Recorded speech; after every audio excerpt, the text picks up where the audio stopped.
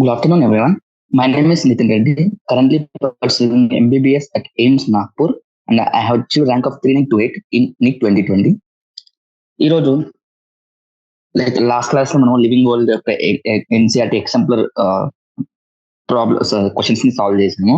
ఈరోజు chapter 2 living world లోనే diversity in living world లోని చాప్టర్ 2 బయోలాజికల్ క్లాసిఫికేషన్, ఆ చాప్టర్ నుంచి ఎగ్జాంపులర్ క్వశ్చన్స్ సాల్వ్ చేస్తున్నాం.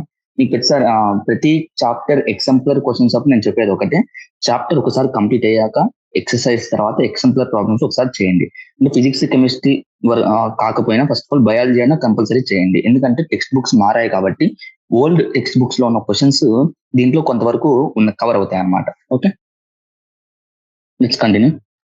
బయాలజికల్ క్లాసిఫికేషన్ విట్టేకర్ ఒక 5 కింగ్డమ్ క్లాసిఫికేషన్, ఆ 5 కింగ్డమ్ క్లాసిఫికేషన్ లో ఉన్న మొనీరా గురించి, ప్రొటిస్టా గురించి, అనిమల్ ప్లాంటే గురించి, అనిమల్ గురించి నీకు ఫంగై గురించి లైట్ గా ఓవర్ వ్యూ అనేది నీకు వస్తుంది అనమాట. Okay, first question, all eukaryotic unicellular organisms belongs to automatic గా ప్రొటిస్టా.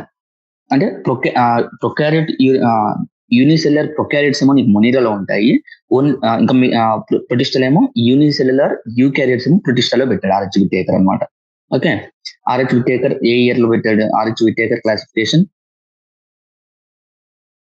5 కింగ్డమ్ క్లాసిఫికేషన్ ప్రపోజ్ చేసింది. ఇది బేసిక్ గా అందరికి గుర్తుంది అనమాట. 5 Kingdom classification in the 1969. Okay, next the 5 Kingdom classification was propose, మన పైన చెప్పుకున్నది ఏంటి? ఆర్హెచ్ విట్టేకర్ అనమాట. ఆర్హెచ్ విట్టేకర్ ఈ 5 కింగ్డమ్ క్లాసిఫికేషన్, మీకు ఇంకా క్వశ్చన్స్ ఏమైనా రావచ్చు అంటే ఆర్హెచ్ 5 కింగ్డమ్ క్లాసిఫికేషన్ దేని మీద బేసిస్ మీద ప్రపోజ్ చేశాడు అనేసి మీకు ఏమేమి ఫైలోజెనెటిక్ రిలేషన్స్ కానీ, సెల్ స్ట్రక్చర్ కానీ, అలా ఒక 5 థింగ్స్ ఏమో ఉంటాయి కదా, అవన్నీ నీకు ఆ పాయింట్స్ మీకు ఇచ్చేసి వీటిలో ఏ క్రైటీరియా ఆర్హెచ్ విట్టేకర్ యూజ్ చేశాడు అని మిమ్మల్ని అడగచ్చు అనమాట. Okay, next organisms living in the salty areas are known as automatic గా హాలోఫైల్స్ అనమాట. మళ్ళీ థర్మోసిడోఫైల్స్ గురించి కూడా మీకు బయాలజికల్ క్లాసిఫికేషన్ లో చదివే ఉంటారు. థర్మోసిడోఫైల్స్ అంటే ఏంటి? ఎసిడిక్ కండిషన్స్, హై టెంపరేచర్ ఆ ఏరియాలో ఉన్న వాటిని మనం థర్మోసిడోఫైల్స్ అంటాం అనమాట. హాలోఫైల్స్ అంటే సాల్టీ ఏరియాస్ లో ఉండేవి. Next naked cytoplasm, multi nucleated and saprophytic other characteristic. ఇవన్నీ డైరెక్ట్ ఎన్సీఆర్టీ లైన్స్ అనమాట. డైరెక్ట్ ఎన్సీఆర్టీ లైన్స్ నుంచి నీకు ఎన్సీఆర్టీ లైన్స్ ఇచ్చేసి లాస్ట్ లో డాష్ పెట్టాడు అనమాట. అంతే. నీకు ఈ character naked cytoplasm, multi nucleated, saprophytic condition దేంట్లో ఉంటాయి? మీకు స్లైమ్ మౌల్డ్స్ లో ఉంటాయి అనమాట. ఓకే, మొనీరాలో ఎట్లా సాప్రోఫైటిక్ కాదు, ప్రొటిస్టాలో ఎట్లా సాప్రోఫైటిక్ కాదు. ఫంగల్ మీద కొంచెం కన్ఫ్యూజ్ అవుతారు. కాకపోతే ఫంగై క్వశ్చన్స్ రావాలంటే నీ డైరెక్ట్ కైటినైజర్ సెల్ వాళ్ళు అలా ఏమైనా వస్తే కన్నా నువ్వు ఫంగైకి వెళ్ళొచ్చు. Okay, next an association between the roots of higher plants and fungi are known as. Higher plants అంటే కింగ్డమ్ ప్లాంట్ ఉంటాయి కదా, వాటికి మళ్ళీ ఫంగైకి అసోసియేషన్ ఉన్న ఏ ఫంగైకి అలా అంటే అది మైకోరైజా. ఆటోమేటిక్ గా లైకెన్స్ లోక కాదు, ఫోన్స్ కాదు, అంటే ఫంగై కిందకే రావు కదా అసలు. అది బ్లూ గ్రీన్ ఆల్గే కూడా ఫంగై కింద రాదు. ఇంకేముంటుంది? Mycorrhiza. Next a dikaryon is formed when. అంటే డైకారియోన్ స్టేట్ అని ఎప్పుడు అంటామో, ఒకవేళ రెండు హెప్లాయిడ్ సెల్స్ కనుక ఫ్యూజ్ అవ్వకుండా, అంటే 2 హెప్లాయిడ్ సెల్స్ యూజువల్ గా ఏం చేస్తారు? 2 హెప్లాయిడ్ సెల్స్ ఫ్యూజ్ అయినప్పుడు నీకు ఆటోమేటిక్ గా ఏమొస్తుంది? డిప్లాయిడ్ స్టేట్ న్యూక్లియస్ వస్తుంది అనమాట. అలా కాకుండా ఈ 2 హెప్లాయిడ్ న్యూక్లియస్ లు సపరేట్ గా ఫ్యూజ్ అవ్వకుండా, అంటే 2n కండిషన్ ఫామ్ చేయకుండా ఉంటే దాన్ని డైకారియోన్ అనమాట. దాన్ని ఏమంటారు? 2 haploid cells when do not form the fuse immediately. Okay, next contorgum vivum fluidum was proposed by. అంటే contorgum vivum fluidum అంటే నీకు వైరస్, అంటే ఈ బయాలజికల్ క్లాసిఫికేషన్ అక్కడ చాప్టర్ ఎండింగ్ లో నీకు వైరస్ గురించి ఇచ్చింటారు అనమాట. అంటే ఓల్డ్ టెక్స్ట్ బుక్స్ లో అయితే ఉంటుంది, న్యూ టెక్స్ట్ బుక్ లో నేను చూడలేదు ఈ చాప్టర్ గురించి. కాబట్టి మీరు ఒకసారి చెక్ చేసుకుని ఉంటుంది, లేకపోతే ఓల్డ్ టెక్స్ట్ బుక్ లో ఉంటుంది అనమాట. ఓకే, ఒకటైతే కన్ఫర్మ్, ఎగ్జాంపులర్ క్వశ్చన్స్ అన్ని ఎన్సీఆర్టీ బేస్డ్, అది ఓల్డ్ ఎన్సీఆర్టీ బేస్డ్ ఉంటాయి అనేసి అదైతే కన్ఫర్మ్. ఓకే, కంటగం వైవం ఫ్లూయిడం అంటే మీకు తెలిసి ఉంటుంది. కంటగం వైవం ఫ్లూయిడం అంటే ఒక ఇన్ఫెక్టెడ్ టొబాకో ప్లాంట్ నుంచి నువ్వు ఆ సెల్స్ తీస్తే, ఆ సెల్స్ నువ్వు మళ్ళీ హెల్దీ ప్లాంట్స్ దగ్గర పెడితే కనుక అవి కూడా ఇన్ఫెక్షన్ కి గురవుతాయని చెప్తున్నారు. So infected cells unhealthy plant నుంచి హెల్దీ ప్లాంట్ ట్రాన్స్ఫర్ అయినప్పుడు అక్కడ నీకు ఇన్ఫెక్షన్ అనేది వైరస్ క్రియేట్ చేస్తుంది. సో దాన్ని కంట్రోగమ్ బయోమ్ ఫ్లూయిడమ్ అంటాం. ఆ కంట్రోగమ్ బయోమ్ ఫ్లూయిడమ్ అని ప్రపోజ్ చేసింది ఎవరు అంటేనా ఎండబ్ల్యూ బెజరింగ్. ఓకే, దీంట్లో థాట్ ప్రాసెస్ ఏముండదు, మీకు గుర్తుంటే పెడతారు, లేకపోతే వదిలేస్తారు అనమాట. Next, association between mycobiont and phycobiont are found in. Okay, mycobiont and phycobiont మధ్య అసోసియేషన్ నీకు దేంట్లో అంటే ఫంగై అండ్ ఆల్గల్ అసోసియేషన్ దేంట్లో ఉంటుంది అంటే మీకు లైకెన్స్ లో ఉంటుంది అనమాట. ఇది కూడా డైరెక్ట్ గా ఎన్సీఆర్ లైన్. ఈ క్వశ్చన్, ఈ అసోసియేషన్ క్వశ్చన్ నుంచి కంపల్సరీ ఒక క్వశ్చన్ మీకు కంపల్సరీ రావచ్చు. Okay, next, differences between the virus and viroid. Virus కి వైరాయిడ్ కి మధ్య డిఫరెన్సెస్ ఏంటి?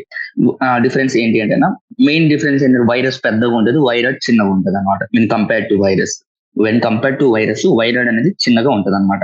ఓకే, నీకు వైరస్ లో ఇంకా ఇక్కడ ఇచ్చిన ఆప్షన్స్ ప్రకారం చూసుకుంటే వైరాయిడ్ లో నీకు యూజువల్ గా ప్రోటీన్ కోట్ ఉండదు అనమాట. ప్రోటీన్ కోట్ నీకు ఉండదు అనమాట, కానీ వైరస్ లో ఉంటుంది. సో ఆప్షన్ ఏంటి? Options of protein coat in viroid but present in the virus. Next, with respect to fungal sexual cycle choose the correct sequence.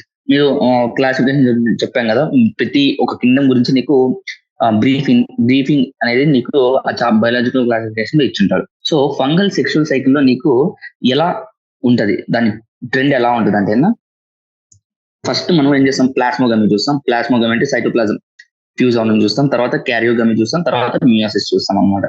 అంటే ఫస్ట్ నీకు జరిగేది సైటోప్లాజం యొక్క సైటోప్లాజం ప్రాసెస్ జరుగుతుంది, తర్వాత క్యారియోగమి అంటే న్యూక్లియస్ ది, తర్వాత మియోసిస్ అంటే డివైడ్ అయిపోయి నీకు హెప్లాయిడ్ స్పోర్స్ అనేది ప్రొడ్యూస్ అవుతుంది అనమాట. ఓకే, సో ప్లాస్మోగమి, తర్వాత క్యారియోగమి, తర్వాత మియోసిస్, ఫైనల్ గా నీకు వచ్చే ఫంగల్ హెప్లాయిడ్ స్పోర్స్ అనమాట. Next, viruses are non-cellular organisms but replicate themselves once they infect the whole cell. To which of the following kingdom? ఇంకోటి వైరస్ గురించి చెప్పితే ఆర్హెచ్ విటేకర్ 5 కింగ్డమ్ క్లాసిఫికేషన్ లో అసలు నీకు ఎక్కడ వైరసెస్ కి ఎక్కడ కానీ నీకు చోటు ఇవ్వలేదు అనమాట. 5 కింగ్డమ్ క్లాసిఫికేషన్ లో వైరసెస్ అనేవి ఇదేంట్లో కిందకి రావు. ఎందుకంటే అవి అవంతకు అవే దాని సొంతంగా అవి రెప్లికేట్ అవ్వలేవు. తర్వాత ఒక్క లివింగ్ సెల్ లో ఉన్నప్పుడు మాత్రమే అవి లివింగ్ బీయింగ్స్ లా బిహేవ్ చేస్తాయి అనమాట. అవే బయట ఉన్నాయనుకో అవి చచ్చిపోయిన దానిలాగా లెక్క. సో అసలు ఏ కింగ్డమ్ కింద వైరస్ ని వేయలేదు. So the none of the above. Monera కింద రాదు, ప్రొటిస్టా కింద రాదు, ఫంగై కింద రాదు. Next, members of Phycomycetes. నీకు ఫైకోమైసిస్ అంటే ఫంగల్లో వస్తుంది. ఫైకోమైసిస్ అంటే క్లాసెస్ ఆఫ్ ఫంగైలో వస్తుంది నీకు. ఫైకోమైసిస్, అసిడోమైసిటీస్, డెసిడియోమైసిస్, డిట్రోమైసిస్ అంటే నీకు ఇంపర్ఫెక్ట్ ఫంగై అలా ఉంటాయి కదా. సో మెంబర్స్ ఆఫ్ ఫైకోమైసిటీస్ యొక్క హ్యాబిటేట్ గురించి చెప్తున్నారు అనమాట. సో మెంబర్స్ ఆఫ్ ఫైకోమైసిస్ అడిగాడు కాబట్టి ఎగ్జాంపులర్ లో మీకు ఫైనల్ ఎగ్జామ్ లో మీకు ఆస్ట్రోమైసిస్, బెసిడియోమైసిస్, డిట్రోమైసిస్ వాటి గురించి కూడా హ్యాబిటేట్ గురించి అడగొచ్చు ఛాన్సెస్ ఉన్నాయి. సో అవి కూడా చూసుకోండి. Next, aquatic habitats on decaying wood, moist and damp places as a obligate parasites. ఇవన్నీ మీకు చూస్తే ఆ పారాగ్రాఫ్ ఫైకోమైసిస్ ఒక పారాగ్రాఫ్ లో కంపల్సరీ ఈ 4 పాయింట్స్ డైరెక్ట్ గా మెన్షన్ చేస్తాడు. సో నేను చెప్తున్నా line to line by heart చేయడమే, నో అదర్ ఆప్షన్ అనమాట. అంతే కదా. ఇప్పుడు ఈ క్వశ్చన్ లో మీకు ఒకటి తెలియకపోయినా కూడా మీరు ఏం చేయలేరు. దాన్ని నువ్వు ఫిజిక్స్ కెమిస్ట్రీ అనుకో కొంచెం థింక్ చేసి ఈ ఫార్ములా అప్లై చేయొచ్చు, ఈ ఫార్ములా అప్లై చేయొచ్చు అని ఉంటుంది. కానీ ఈ బయాలజీలో అడగదు. ఇక్కడ బైహార్టింగ్ టాపిక్స్ చాలా ఉంటాయి కదా, 70-80% బైహార్టింగ్ టాపిక్స్ ఉంటాయి. కాబట్టి నువ్వు ఒక్కసారి నీకు బైహార్ట్ అంటే నీకు గుర్తు లేకపోతే ఇంకా నువ్వేం చేయలేవు, ఇంకా నువ్వు ఆ స్టోన్ కూడా కరెక్ట్ గా వేయలేవు అనమాట. ఓకే, సో ఈ 4 హ్యాబిటేట్స్ లో నీకు ఫైకోమైసిస్ అనేది దొరుకుతుంది అనమాట. సో ఆన్సర్ ఏంటి? All the above. 1 and 4, 2 and 3 all the above. So automatic గా ఆల్ ది అబోవ్ అనమాట. ఓకే, ఇదే ఫిజిక్స్ కెమిస్ట్రీలో కూడా అంతే. ఆర్గానిక్ కెమిస్ట్రీలో మీకు చూసుకుంటే కన్నా ఒక్కసారి మీకు గుర్తు లేదనుకోండి ఆ రియాక్షన్స్ ఎలా జరుగుతుంది అనేసి మీరు ఇంకేం చేయలేరు. ఓకే, నెక్స్ట్, ఈ వెరీ షార్ట్ ఆన్సర్ కోసం ఈ start. What is the principle underlying the use of cyanobacteria in the agriculture fields for the crop improvement? నేను మీకు ఈ ఎగ్జాంపుల్ అంటే ఈ వీడియో చూడక ముందు మీరు ఫర్ ఎగ్జాంపుల్ అన్ని వీడియోస్ ఒకవేళ చూస్తుంటే లైక్ +2 అంటే క్లాస్ 12 సెకండ్ ఇయర్ టాపిక్స్ లో మీకు మైక్రోబ్స్ ఇన్ హ్యూమన్ వెల్ఫేర్ లో మన సైనోబాక్టీరియా గురించి డిస్కస్ చేస్తున్నాం బాగా డీటెయిల్ గా. ఐ మీన్ బయాలజికల్ క్లాసిఫికేషన్ కూడా ఉండొచ్చు, నేనైతే మైక్రోబ్స్ ఇన్ హ్యూమన్ వెల్ఫేర్ లో మొత్తం అక్కడ సైనోబాక్టీరియా గురించి డీటెయిల్ గా ఇచ్చాడు. అంటే సైనోబాక్టీరియా ఎలా యూజ్ అవుతుంది హ్యూమన్ వెల్ఫేర్ కోసం అనేసి. ఏంటంటే ఈవెన్ ఫస్ట్ ఇయర్ ఎన్సెట్ లో కూడా ఇచ్చుంటాడు బానే. సైనోబాక్టీరియాకి మీకు నైట్రోజన్ ఫిక్సింగ్ కెపాసిటీ ఉంటుంది అనమాట. నైట్రోజన్ ఫిక్సింగ్ కెపాసిటీ అనేది ఉంటుంది అనమాట. అంటే ఈ నైట్రోజన్ ఫిక్సింగ్ కెపాసిటీ అనేది దానికి ఎలా వస్తుందంటే, దాంట్లో సైనోబాక్టీరియా స్పెషలైజ్డ్ సెల్స్ హెట్రోసిస్ట్ అని ఉంటాయి అనమాట. ఈ హెట్రోసిస్ట్ నైట్రోజన్ ఫిక్స్ చేయడం వల్ల ఆ సాయిల్ యొక్క ఫర్టిలిటీ అనేది ఇంక్రీజ్ అవుతుంది. సో ఆ సాయిల్ ఫర్టిలిటీ ఇంక్రీజ్ అయితే ఆటోమేటిక్ గా క్రాప్స్ అనేది మీకు మంచిగా వస్తాయి అనమాట. సో అలా ఏం గుర్తుపడే సైనోబాక్టీరియా నైట్రోజన్ ఫిక్సింగ్ కెపాసిటీ ఉంటుంది. అది ఎందుకు ఉంటుందంటే హెట్రోసిస్ట్ వల్ల వస్తుంది. ఈ నైట్రోజన్ ఫిక్స్ చేయడం వల్ల ఆ సాయిల్ లో నీకు ఫర్టిలిటీ అనేది పెరిగి ఆటోమేటిక్ గా నీకు ఈ క్రాప్ అనేది ఇంప్రూవ్ అవుతుంది అని చెప్తున్నారు. Next, suppose you accidentally find an old preserved permanent slide without label in your effort, it is identified. అంటే నీకు ఏంటంటే కింద నీకు ఫస్ట్ ఆఫ్ ఆల్ అంటే ఈ థింగ్స్ ఒక ఓల్డ్ స్లైడ్ నీకు దొరికింది ల్యాబ్ లో. ఆ ల్యాబ్ దాన్ని బట్టి నీకు కొన్ని ఫాలోయింగ్ ఫీచర్స్ నువ్వు అబ్జర్వ్ చేసావు. అది ఏంటంటే unicellular, well defined, biflagellate, one flagellum, long line longitudinally and transversely. అసలు ఇది నువ్వు దేని కింద ఏ కింగ్డమ్ కింద నువ్వు పెడతావు అని అడుగుతున్నాడు. ఫస్ట్ ఆఫ్ ఆల్ యూనిసెల్యులర్ అంటున్నాడు. యూనిసెల్యులర్ అంటే నీకు 2 ఆప్షన్స్ రావాలి, ఎయిదర్ మునీరా ఆర్ ప్రొటిస్టా. గుర్తొస్తే తర్వాత వెల్ డిఫైన్డ్ న్యూక్లియస్ అంటున్నాడు. వెల్ డిఫైన్డ్ న్యూక్లియస్ అంటే ఏంటి? యూకారియోట్స్. యూకారియోట్స్ దేంట్లో ఉంటాయి? ప్రొటిస్టా ఉంటాయి. సో నీకు 85% ఆన్సర్ నీకు ఇక్కడ కన్ఫర్మ్ అయిపోతుంది అనమాట. అయిపోయి మళ్ళీ తర్వాత ఈ biflagellate, one flagellum, longitude, line longitude, other transverse అంటే దీని ఏ క్యారెక్టర్ దేంట్లో వస్తుంది? డైనోఫ్లాజిలేట్స్ లో నీకు ఈ క్యారెక్టర్ వస్తుంది అనమాట. Dinoflagellates in protista. So answer ఏమైంది? ప్రొటిస్టా అవుతుంది అనమాట. What would you identify? Kingdom ఏమో ప్రొటిస్టా కింద పెడతావు. ఈ థర్డ్ ఇక్కడ వాళ్ళు ఇక్కడికి ఏ బి చూడంగానే నీకు ఆప్షన్ ఏ, ఆప్షన్ బి ఇవి చూడంగానే నీకు మాక్సిమం కింగ్డమ్ గురించి ఐడియా వచ్చేస్తుంది. కానీ ఆ క్వశ్చన్ కాకుండా ఇంకో question what would be identify అనేసి అడిగాడు. సో దాన్ని బట్టి నువ్వు ఈ క్యారెక్టర్స్ బట్టి నువ్వు డైనోఫ్లాజిలేట్స్ అని చెప్పొచ్చు అనమాట. Next, how is the 5 kingdom classification advantages over the 2 kingdom classification? 5 kingdom classification, 2 kingdom classification లో ఇప్పుడు 5 kingdom క్లాసిఫికేషన్ లో దాంట్లో prokaryotes, eukaryotes, photosynthetic, non photo, ఇలా నీకు క్లాసిఫికేషన్ అనేది కాస్త డీప్ గా ఉంటది అనమాట. కానీ 2 kingdom క్లాసిఫికేషన్ లో నీకు అసలు ప్లాంటే, అనిమల్ అని పెట్టేస్తారు. ప్లాంటే కింద యూనిసెల్యులర్, యూకారియోట్స్, ప్రొకారియోట్స్ అన్నిటినీ ఒకే దాంట్లో మర్జ్ చేసేసాడు. సో నీకు ఇక్కడ ఈ differences between prokaryotes and eukaryotes తెలియదు. అండ్ యూకారియోట్స్ గురించి డిస్టింగ్విష్ చేయలేదు అనమాట. ఆ తర్వాత ప్లాంటే, అనిమల్, మళ్ళీ యూనిసెల్యులర్, మల్టీ సెల్యులర్ గురించి కూడా చెప్పలేదు. ప్రొకారియోట్స్ గురించి, యూకారియోట్స్ గురించి చెప్పలేదు. మల్టీ సెల్యులర్, యూనిసెల్యులర్ గురించి కూడా చెప్పలేదు. మల్టీ సెల్యులర్ అండ్ యూనిసెల్యులర్ గురించి కూడా వాడు అసలు డిస్క్రైబ్ చేయలేదు అనమాట. ఇంకా నేను చెప్పా ఫోటోసింథటిక్ అంటే ఫోటోసింథటిక్ అయితే మనం ప్లాంటేలో వేసాము. అలా డిఫరెంట్ గా అలా క్లాసిఫై అనేది clear cut classification take 5 kingdom classification కనపడుతుంది. అదే 2 kingdom క్లాసిఫికేషన్ అనుకో, ఫోటోసింథటిక్, నాన్ ఫోటోసింథటిక్, ఆటోట్రోపిక్, ఇవి ఏమి డిస్టింగ్విష్ చేయాలన్నమాట. సో ఈ 3 అడ్వాంటేజెస్ నువ్వు వెరీ షార్ట్ ఆన్సర్ కింద రాయొచ్చు. Next, polluted water bodies have usually very high abundance of plants like nostoc and acilitaria. Give reasons. అసలు ఎందుకు పొల్యూటెడ్ వాటర్ బాడీస్ నీకు నాస్టాక్ అవన్నీ ఎక్కువ ఉంటాయి అంటే బేసిక్ గా ఏం రాయించంటే ఫేవరబుల్ కండిషన్స్ అనమాట. నాస్టాక్, అసిలిటేరియాకి, వాటికి ఈ ఆల్గే ఏవైతే ఉంటున్నాయో పొల్యూటెడ్ వాటర్ బాడీస్ నీకు న్యూట్రియన్స్ అనేవి ఎక్కువ ఉంటాయి అనమాట. నైట్రోజన్ కంటెంట్ యూజువల్ గా ఎక్కువ ఉంటుంది. నైట్రోజన్ న్యూట్రియన్స్ అనేది యూజువల్ గా ఎక్కువ ఉంటుంది. సో నువ్వేం చెప్తున్నావు అంటే నైట్రోజన్ కంటెంట్ ఎక్కువ ఉంటుంది కాబట్టి ఈ ఆల్గే, ఈ నాస్టాక్, అసిలిటేరియా అనేది అవే కావాలి. సో ఆ condition nutrient rich nitrogen medium use చేసుకొని అవి బాగా అబండెంట్ గా గ్రో అవుతాయి అన్నమాట. Okay, next, are chemosynthetic bacteria autotrophic or heterotrophic అంటున్నాడు అనమాట. కీమోసింథటిక్ బ్యాక్టీరియా వచ్చేసి యూజువల్ గా ఆటోట్రోపిక్ అనమాట. Autotrophic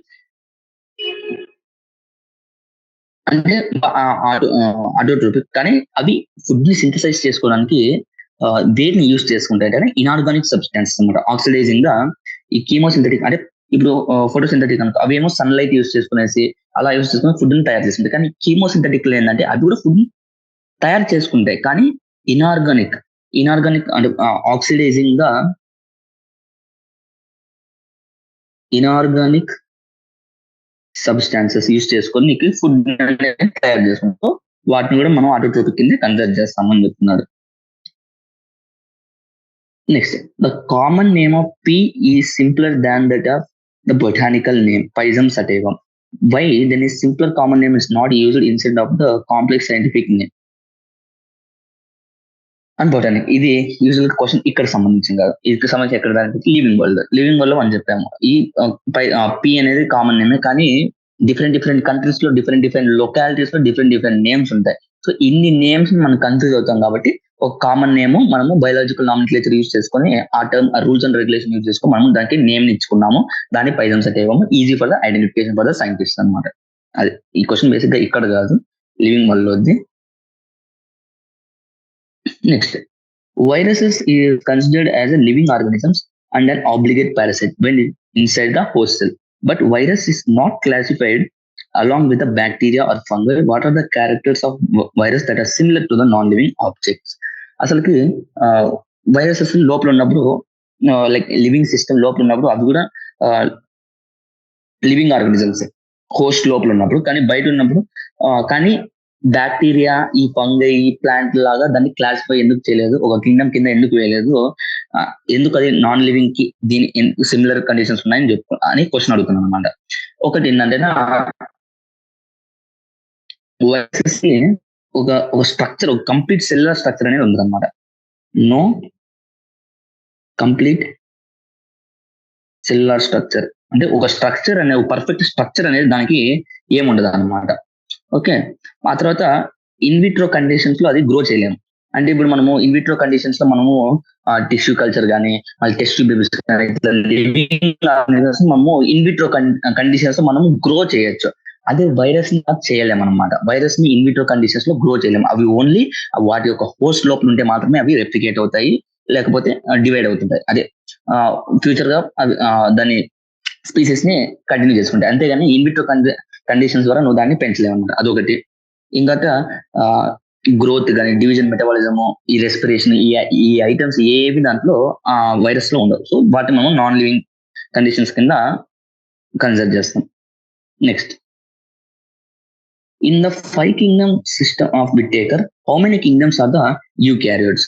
Eukaryotes first of all ఆ కింగ్డమ్ మొనీరియా, ప్రొటిస్టా, ప్లాంటే, ఫంగై, అనిమేలియా. ఒక బొనీరియాలో మాత్రమే నీకు ప్రొకారియోట్స్ ఉంటాయి. మిగిలిన అన్నింటిలోనూ నీకు యూకారియోట్స్ ఉంటాయి. 4 kingdoms లో నీకు ఉంటాయి అనమాట. Protista, fungi, Plantae, Animalia. Okay, next short answers లేకుండా, diatoms are called as the pearls of the ocean. By what is the diatomaceous earth? ఈ షార్ట్ ఆన్సర్స్ కి ఇవన్నీ బేసిక్ గా ఏంటంటారా, మీకు ఎలా ఒక ఐడియా ఉండడం కోసం నేను గూగుల్ నుంచి మంచిగా అంటే చూసుకొని ఒక షార్ట్ ఆన్సర్ టైప్ ఎలా రాయాలనేసి రాసుకున్నాను, అది చెప్తాను మీకు. ఫస్ట్ ఆఫ్ ఆల్ ఎలా రాయాలంటేనా, డయాటమ్స్ అనేది యూనిక్ ఆర్గానిజమ్స్ అనమాట. ఎందుకంటేనా దాని సెల్ వాల్స్ అనేది కొంచెం డిఫరెంట్ గా ఉంటాయి. ఓకే, అంటే మీరు షార్ట్ ఆన్సర్స్ కాబట్టి మినిమం 4 marks కి 5 marks కి మీరు అలా రాయాల్సి వస్తుంది. కాబట్టి కాస్త సాగదీయాలన్నమాట. మీకు ఎంత తెలుస్తుందో దాన్ని కాస్త సాగదీయాలన్నమాట. సాగదీసి 4 to 5 లేకుంటే 6 to 7 సెంటెన్సెస్ లో రాసారనుకో నీకు మార్క్స్ ఈజీగా వస్తాయి అన్నమాట. రాసి మెయిన్ పాయింట్స్ దాంట్లో ఏవైతే ఉంటాయో అవి హైలైట్ చేయండి. Okay, first of all diatoms ఉంటాయి కదా, డయాటమ్స్ యొక్క సెల్ వాల్ అన్నిటితో పోల్చుకుంటే కాస్త డిఫరెంట్ గా ఉంటుంది అనమాట. ఎందుకంటే దీంట్లో సిలికాతో ఈ డయాటమ్స్ యొక్క సెల్ వాల్ మేడప్ అయింది. సో ఎప్పుడైతే ఈ సిలికాతో మేడప్ అయింటుందో ఆటోమేటిక్ గా అది ఇండిస్ట్రక్టబుల్ అనమాట. అది డిస్ట్రక్ట్ చేయడానికి ఛాన్స్ ఉండదు అనమాట. అంత స్ట్రాంగ్ గా ఉంటుంది అది. Okay, next, it sculpturing the ornamentation that's why the diadems are called as అంటే ఇప్పుడు ఈ డయాటమ్స్ ఉంటాయి కదా, ఈ స్ట్రాంగ్ సెల్ వాల్స్ లో ఉంటాయి. ఈ డయాటమ్స్ ఏవైతే ఉన్నాయో వాటిని మనము ఆర్నమెంటేషన్ కింద యూజ్ చేస్తాం. సో అందుకోసం మనం పెరల్స్ ఆఫ్ ఓషన్ అని అంటాం అనమాట. ఫస్ట్ ఆఫ్ ఆల్ అది. ఓకే, నెక్స్ట్ ఇంకోటి వాట్ ఈస్ ద డయాడ్ ఇది first question concept pearls of ocean ఎందుకంటే అంటే ఫస్ట్ ఆఫ్ ఆల్ సిలికా ఉంటుంది, సిలికా ఉన్న ఇండస్ట్రక్టబుల్ ఉంటుంది, తర్వాత ఆర్నమెంటేషన్ లాగా ఆ కండిషన్స్ చూపిస్తుంది. సో వాటిని మనం పెరల్స్ ఆఫ్ ఓషన్ అని చెప్తాము. తర్వాత నెక్స్ట్ క్వశ్చన్ ఇంకోటి ఏం అడిగాడు, వాట్ ఈస్ ద డయాటమిసిస్ ఎర్త్ అని అంటున్నాను అనమాట. డయాటమిసిస్ ఎర్త్ అంటే diatoms have left behind large amount of cell wall deposits in there habitat. అంటే నార్మల్ గా ఆ డయాటమ్స్ ఎక్కడైతే ఉంటాయో అక్కడ అవి చనిపోయేటప్పుడు ఇంకా అక్కడే లెఫ్ట్ బిహైండ్ అనమాట, ఇంకా అక్కడే ఉండిపోతాయి. చనిపోయంగానే ఆ చనిపోయిన డయాటమిస్ సెల్స్ ఏవైతే ఉంటాయో అక్కడే మిగిలిపోతాయి అనమాట. అలా అక్యుములేషన్ అంటే అవి బిలియన్స్ ఆఫ్ ఇయర్స్ అలా అక్యుములేషన్ అవ్వడం వల్ల వాటిని మనం డయాటమిసిస్ అర్థం బిలియన్స్ ఆఫ్ ఇయర్స్. సో మనకు దానివల్ల దాని ఫిల్టరేషన్ ఆ పర్టికులర్ హ్యాబిటేట్ లో ఉన్న ఫిల్టరేషన్ అవన్నీ చేసామనుకో, మనం యూజ్ చేసామంటే అప్పుడు మనకి ఆయిల్స్, సిరప్స్, సిరప్స్ మనం పాలిషింగ్ లో యూజ్ చేయొచ్చు. సో మనం ఇందుకోసం దాన్ని డయాటమిసిస్ అర్థం అనమాట. ఇంకోటి ఏంటంటే chief producers of the ocean, ఎందుకంటే ఇవన్నీ ఇన్ని వస్తున్నాయి కాబట్టి డయాటమ్స్ మనం చీఫ్ ప్రొడ్యూసర్స్ ఆఫ్ ఓషన్ అంటాం. ఈ పాయింట్ బాగా గుర్తుపెట్టుకోండి, diatoms are the chief producers of the ocean. ఇంకా chief producer of the ocean diatoms అనుకోండి. ఆ సెల్ వాల్ స్ట్రక్చర్స్ ఏవైతుందో హార్డ్ గా అవి ఓవర్స్ మిలియన్స్ ఆఫ్ ఇయర్స్ అక్కడ తన హ్యాబిటేట్ లో ఉండిపోవడం వల్ల మనకి ఆయిల్స్, సిరప్స్, పాలిషింగ్ కోసం మనకి వస్తాయి అనమాట. అందుకు వాటిని డయాటమిసిస్ అర్థం. పెరల్స్ ఎందుకంటామంటే సిలికా ఇండస్ట్రక్టబుల్ తో ఉంటుంది, ఆర్నమెంటేషన్ క్యారెక్టర్స్ అది చూపిస్తుంది కాబట్టి దాన్ని పెరల్స్ ఆఫ్ ఓషన్స్ అని అంటాం. ఇది first question. Next, there is a myth that immediately after heavy rains in the forest, mushrooms appear in large number and make very large ring of circle which may be several meters in diameter. These are called as the fairy rings. Can you explain the myth of the fairy rings in terms of the biological terms? అసలు heavy rains మీరు use లో చూసుకుంటే ఇంటి దగ్గర కానీ rainy season లో మీకు mushrooms అనేది ఎక్కువ దొరుకుతుంటాయి. ఒకసారి వర్షం పడగానే ఆ ఏరియాలో మీకు మష్రూమ్స్ అనేది వైడ్ రేంజ్ లో స్ప్రెడ్ అవుతాయి. ఎందుకు అంటున్నాను అనమాట. After heavy rains in the forest, moisture and nutrients pass down in soil and activates the growth of the mushroom mycelium. అంటే ఒకసారి వర్షం ఇలా పడంగానే ఈ న్యూట్రియన్స్, ఈ టాప్ సాయిల్ ఏవైతే న్యూట్రియన్స్ ఉన్నాయో అవి లోపలికి పెర్కులేట్ అయ్యి మష్రూమ్ మైసీలియం కింద ఎక్కడో దగ్గర ఉంటాయి అనమాట. ఉన్న ఆ మైసీలియం అంటే ఇనిషియల్ స్ట్రక్చర్ అనమాట. ఇనిషియల్ స్ట్రక్చర్ అలా పెట్టుకోవాలి. ఈ స్ట్రక్చర్ కి ఎప్పుడైతే ఈ న్యూట్రియన్స్, ఈ వాటర్ ఇవన్నీ తగులుతాయో దానికి న్యూట్రియన్స్ రాగానే ఆటోమేటిక్ గెయిన్ అవుతాయి, గ్రో అవుతాయి. ఆ గ్రో అయ్యేది మష్రూమ్స్ అనమాట. The basidiocarps of Agaricus arise from the mycelium present in the soil. They appear like ring structure. Okay, as this basidiocarps resemble button and grow in rings. అంటే ఈ బెసిడియో corps ఏవైతే ఉన్నాయో అవి button ring shape లా కనపడతాయి అన్నమాట. Ring shape లో మీకు automatic mushroom చూసే ఉంటారు. ఈ న్యూట్రియన్స్ తగలగానే మీరు రాయాల్సింది ఈ మైసీలియం గురించి రాయాలి. ఈ మైసీలియం ఎక్కడైతే ఉంటుందో ఆ మైసీలియం న్యూట్రియన్స్ ఎప్పుడైతే తగులుతుందో అప్పుడు అది గ్రో అయ్యి నీకు బటన్ షేప్ లో కనబడి ఫెయిరీ రింగ్ లాగా నీకు అవుతుంది అని చెప్తున్నాను. Okay, next, న్యూరోస్పొరా and Ascomycetes fungus has been used as a biological tool to understand the mechanism of the plant genetics much in a way as Drosophila has been used in the animal genetics. What makes Neurospora so important? అంటే మనకి drosophila మెనోగాస్ట్రిక్ కదా, మనం second year NCERT మీరు చదువుకుంటారు అనమాట. Second year NCERT లో మీకు principles of inheritance chapter లో మీకు డ్రోసోఫిలా గురించి థామస్ హంట్ మోర్గన్ ఎక్కువ నీకు స్టడీ చేస్తాడు డ్రోసోఫిలా. సేమ్ అలా అది అనిమల్స్ లో ఎలా అయితే చేస్తామో ప్లాంట్స్ లో న్యూరోస్పోరా గురించి మనం చేస్తాం. ఎందుకోసం అంటారు అని అడుగుతున్నాను అనమాట. ఎందుకంటే ఫస్ట్ ఆఫ్ ఆల్ న్యూరోస్పోరాని ఈజీగా మనం గ్రో చేయొచ్చు. Easy to grow, has haploid life cycle. Haploid life cycle అంటే డిప్లాయిడ్ లైఫ్ సైకిల్ తో పోల్చుకుంటే హెప్లాయిడ్ లైఫ్ సైకిల్ అంటే చాలా ఈజీ అనమాట చదవడం అనేది. ఓకే, ఈ రెండు కండిషన్స్ ఏం చేస్తాయంటే కదా దాని గురించి చదవడానికి ఈజీ చేసేస్తాయని చెప్తున్నాను అనమాట. ఓకే, ఇది రాసి సరిపోతుంది. Next, cyanobacteria and heterotrophic bacteria have been clubbed together in eubacteria of the kingdom Moniera. As per the 5 kingdom classification, even though the two are vastly different from each other, is this grouping of two types of tags and same thing is justified? Cyanobacteria, heterotrophic bacteria నీకు ఒకే దాని కింద వేసారు 5 kingdom class eubacteria కింద, కానీ దాని మధ్య differences ఎక్కువ ఉన్నాయి. కానీ అలా పెట్టడం వల్ల మీకు జస్టిఫై అవుతుందా లేదా అనేసి అడుగుతున్నాడు అనమాట. Kingdom Monera, as per the 5 kingdom classification, మన దాని కింద పెట్టాడు. ఎందుకు అంటే because they do not have the nuclear envelope and membrane bold organism. మనకి బేసిక్ గా ఆర్ఎచ్ విటేకర్ ఏం చెప్పాడంటే మొనిరాలో నేను ఏం పెడుతున్నానంటే యూనిసెల్యులర్ ప్రొకారియోట్స్ అంటే సరిగ్గా సెల్ ఆర్గనైజ్ మెంబ్రేన్ బోల్డ్ ఆర్గనైజ్ లేకపోవడం, లేకపోతే న్యూక్లియర్ ఎన్వలప్ లేకపోవడం. ఓకే, ఈ కండిషన్ మేరకు సైనోబ్యాక్టీరియా ఆ మొనిరాలో పెడతాను ఏ ఆర్గనిజమ్స్ ఉంటాయని చెప్పాడు. సో ఇవన్నిటికీ ఈ సైనోబ్యాక్టీరియా అండ్ హెట్రోట్రోఫిక్ బ్యాక్టీరియా సరిపోతాయి కాబట్టి ఒకే దాంట్లో వేశాడు అని చెప్తున్నాను అన్నమాట. మొనిరా ఒక కండిషన్ ఏంటి మెయిన్ గా, నేను యూనిసెల్యులర్ ప్రొకారియోట్స్ పెడతానని చెప్పాడు ఆర్ఎచ్ విటేకర్. యూనిసెల్యులర్ ప్రొకారియోట్స్ అంటే ప్రొకారియోట్స్ అంటే ఏంటి, మెంబ్రేన్ బోల్డ్ ఆర్గనైజ్ ఉండకపోవడము, న్యూక్లియర్ ఎన్వలప్ ఉండకపోవడం. ఈ రెండు దీన్ని జస్టిఫై చేస్తుంది కాబట్టి ఆర్ఎచ్ విటేకర్ అనేది దీంట్లో పెట్టేశాడు అనమాట. Next, at a stage of their cycle, Ascomycetes fungi produce the fruiting bodies like apothecium, perithecium, clistothecium. How are these three type of fruiting bodies are different from the each other అంటున్నాడు అనమాట. Okay, ఇక్కడ basic ఏమంటున్నాడంటే difference between అపోథీషియం, పెరిథీషియం and క్లిస్తోథీషియం అంటున్నాడు. ఈ fruiting bodies carry చేస్తుంది కదా, carry చేసిన ఈ అపోథీషియం, పెరిథీషియం, క్లిస్తోథీషియం డిఫరెన్స్ ఏంటి అంటున్నాడు అనమాట.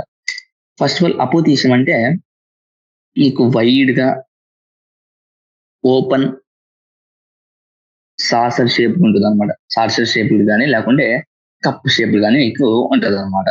Okay, it is sessile and fleshy. Sessile అంటే ఎక్కడికి మూవ్ అవ్వదు, అండ్ ఫ్లెషీ అంటే మీకు తెలిసిందే. ఇంకా నెక్స్ట్ క్లిస్తోథీషియం వచ్చేసి నీకు కాస్త క్లోజ్డ్ అనమాట, అంటే గ్లోబోజ్ లాగా ఉంటుంది అనమాట. గ్లోబ్ లాగా అంటే రౌండ్ గా లాగా ఉండి క్లోజ్డ్ ఫుటింగ్ బాడీ అనమాట. ఇది క్లోజ్డ్ ఫుటింగ్ బాడీ. నీ క్లిస్తోథీషియం కి అపోథీషియం కి ఇక్కడ డిఫరెన్స్, అది ఓపెన్, ఇదేమో క్లోజ్డ్. ఓకే, పెరిథీషియం ఏమో నీకు ఫ్లాస్క్ షేప్ ఉంటుంది అనమాట. ఫ్లాస్క్ షేప్ ఉంటుంది. పెరిథీషియం ఫ్లాస్క్ షేప్డ్, అపోథీషియం ఉన్న cup shaped, cleistothecium closed fruit. అది రాసి సరిపోతుంది. Next, what observable features in trypanosoma would make you classify under the protista. Okay, అంటే ప్రొసోలో ప్రొటిస్టాలో ఏముండాలి, యూనిసెల్యులార్ యూకారియోట్స్. ఈ కండిషన్స్ మేరకు మనం స్ట్రక్చర్ కింద క్లాసిఫై చేస్తాం అనమాట. ఫస్ట్ ఆఫ్ ఆల్ దేని అంటే ట్రిప్నోసోమ్ లో ఏంటంటే నీకు డిఫైన్డ్ న్యూక్లియస్ అంటే న్యూక్లియర్ ఎన్వలప్ ఉంటుంది అనమాట. అంటే డిఫైన్డ్ న్యూక్లియస్ అంటే న్యూక్లియస్ చుట్టూ న్యూక్లియర్ ఎన్వలప్ అనేది నీకు ఉంటుంది అనమాట. తర్వాత మెంబ్రేన్ బోల్డ్ ఆర్గనల్స్ ఉంటాయి అండ్ యూనిసెల్యులర్. సో దాన్ని మనం ప్రొటిస్టా కింద వేస్తాం. Next, fungi are the cosmopolitan write the role of fungi in your daily life. అంటే ఫంగై కాస్మోపాలిటన్ అంటేనే ఎక్కడ చూసినా మీకు ఫంగై కనపడుతుంది అనమాట. ఎక్కడైనా ఉంటుంది ఫంగై ఈజీగా. Cosmopolitan what is the role in the fungi అంటేనా, ఈవెన్ మనం ఫర్మెంటేషన్ కానీ డవ్ మేకింగ్ కానీ ఈ సెకరోమైసిస్ ఈ స్టేజ్ ఉందా అది ఫంగై కింద వస్తుంది అనమాట. సో ఇవన్నీ ఇది కూడా అంతే. నేను మైక్రోఫిల్ హ్యూమన్ వెల్ఫేర్ లో నీకు రాకీ ఫ్రెడ్ చీజ్ గురించి కానీ, మళ్ళీ ఫర్మెంటేషన్ ఈస్ట్ గురించి కానీ ఇవన్నీ మనం చదువు. మళ్ళీ మైక్రోఫిల్ ఈస్ట్ లైక్ ఈ బీర్, విస్కీ, బ్రాండీ ఇవన్నీ తయారు చేయడం కోసము ఫంగై యూజ్ చేస్తాం. So fungi is useful in our daily life. అది చాలా ఎక్కువ దగ్గర మనం ఫంగైని యూజ్ చేస్తామని చెప్తున్నారు అనమాట. ఇంకా యాంటీబయోటిక్ అలా లైక్ బీర్, విస్కీ వాటిని ఫర్మెంటేషన్ ఆ తర్వాత డవ్ మేకింగ్ ఇవి రాయొచ్చు డైలీ యూజెస్ అయితే. ఇంకా యాంటీబయోటిక్స్ కొన్ని ప్రొడ్యూస్ చేస్తుంది లైక్ పెన్సిలిన్ యాంటీబయోటిక్ ని, cephalosporin is coming from the Cephalosporium, gentamicin is coming from the Micromonospora purpurea. ఇలా నీకు చాలా ఈవెన్ యాంటీబయోటిక్స్ కూడా నీకు ప్రొడ్యూస్ చేస్తుంది అనమాట. కాస్మోపాలిటన్ అంటే ఎక్కడైనా నివసిస్తుంది ఈజీగా అనేసి చెప్తున్నాడు. Next, long answer type questions వెళ్దాం. Algae are known to reproduce asexually by a variety of spores under different environmental conditions. Name these spores and the conditions under which they produced. Okay. Next, ఆల్గేలో నీకు different spores నీకు produce చేస్తుంది అన్నమాట. Like zoospores, aplanospores, akinete, palmella stage, ఇలా different spores నీకు produce చేస్తాను అనమాట. Okay, asexual reproduction is production of different spores. Most common అంటే మోస్ట్ కామన్ ఏంటంటే జూ స్పోర్ట్స్ గురించి రాయేటప్పుడు it is the most common type of asexual spores produce in the algae అని మీరు రాయాలన్నమాట. They are motile and they are flagellated కాబట్టి flagella ఉందంటే అది కంపల్సరీ మొటైల్ అని అర్థం. Okay, flagellated. ఇప్పుడు డిఫరెంట్ స్పోర్ట్స్ గురించి కూడా రాయాలి, like zoospores, aplanospores, hypnospores, akinete, palmella stage ఇన్ని రాయాలన్నమాట. First of all zoospores ఏంటంటే మోస్ట్లీ ఫేవరబుల్ కండిషన్స్ లో ఫామ్ అవుతుంది అనమాట. ఫేవరబుల్ కండిషన్స్ అండ్ మోటైల్, ఎందుకంటే దానికి ఫ్లాజిల్ లో ఉంటది కాబట్టి zoospores. Next aplanospores వచ్చేసి thin walled, usual in the unfavourable conditions. Non motile, exact opposite అనమాట. Opposite zoospores, aplanospores. Zoospores motile and favourable conditions, aplanospores ఏమో unfavourable non motile conditions. Okay, next hypnospores ఏమో like నీకు same aplanospores లా ఉంటాయి, కాకపోతే thick cell walled ఉంటుంది అనమాట. Thick walled unfavourable conditions, non motile. Okay, zoospores గుర్తుపెట్టుకుంటే అప్లినో sports గుర్తుపెట్టుకోవచ్చు, అప్లినో స్పోర్ట్స్ గుర్తుపెట్టే హిప్నో స్పోర్ట్స్ గుర్తుపెట్టుకోవచ్చు. తర్వాత నెక్స్ట్ అకినేట్ అంటే ఏంటి? అకినేట్ అంటే under unfavourable condition entire self becomes thick అనమాట. ఓకే, అంటే ఆటోమేటిక్ అది ఆ సెల్ ని అది ప్రొటెక్ట్ చేసుకోవడం కోసం under unfavourable condition completely thick గా మారిపోద్ది అనమాట, అంత కంప్లీట్ గా థిక్ అయిపోద్ది అనమాట. ఓకే, నెక్స్ట్ పామిల్లా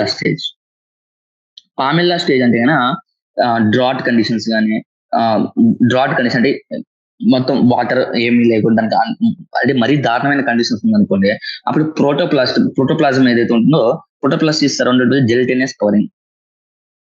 జెలటైనస్ కవరింగ్ తో కవర్ అవుతుంది ప్రోటోప్లాస్ట్, కంప్లీట్ గా కవర్ అయిపోతుంది. దాన్ని పామిల్లా స్టేజ్ అని అంటారు అనమాట. Okay, next apart from the chlorophyll, algae have several other pigments in their chloroplast.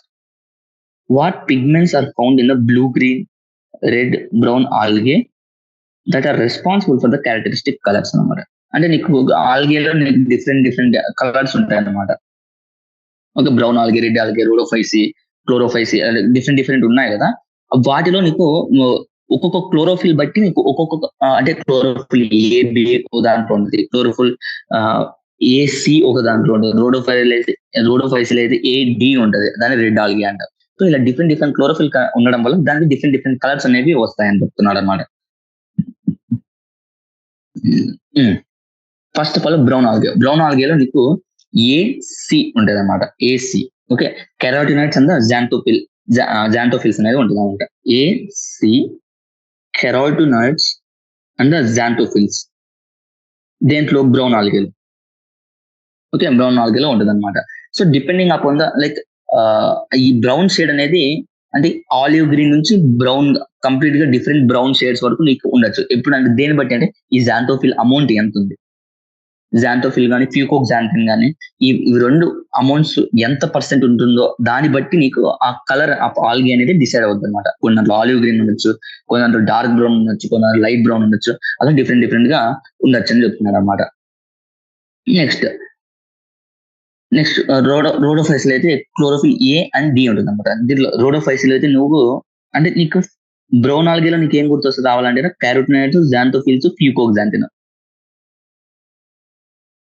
అదే రోడోఫైసిల్ అనుకో, రోడోఫైసిలో నీకు ఏం గుర్తు రావాలంటే ఫైకో ఎరిథ్రిన్ గుర్తు రావాలన్నమాట. ఫైకో ఎరిథ్రిన్ గురించి నీకు గుర్తు రావాలన్నమాట. ఓకే, ఈ ఫైకో ఎరిథ్రిన్ యొక్క దీని పర్సెంటేజ్ బట్టి నీకు కలర్ ఆఫ్ ఆల్గే అనేది రెడ్ కలర్ కానీ అలాగో నీకు వస్తుంది అనమాట. నెక్స్ట్ ఇంకోటి ఏంటంటే బ్లూ గ్రీన్ ఆల్గే నీకు మామూలు గ్రీన్ ఆల్గేలో అయితే క్లోరోఫిల్ ఏ బి ఉంటుంది అనమాట. దాన్ని బట్టి నీకు గ్రీన్ కలర్ అనేది నీకు ఆ షేడ్ అనేది నీకు వస్తుంది అనమాట. Next make a list of algae and fungi that have commercial value as a source of food, chemicals, medicines and fodder అంటేనే మామూలుగా అనిమల్స్ కి ఫుడ్ లాగా అనమాట. Economic importance of the algae. Many species of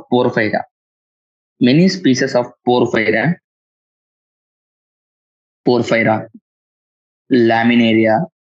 అంటే first మనము algae గురించి చూసుకున్నాం, Laminaria and సెరాగసం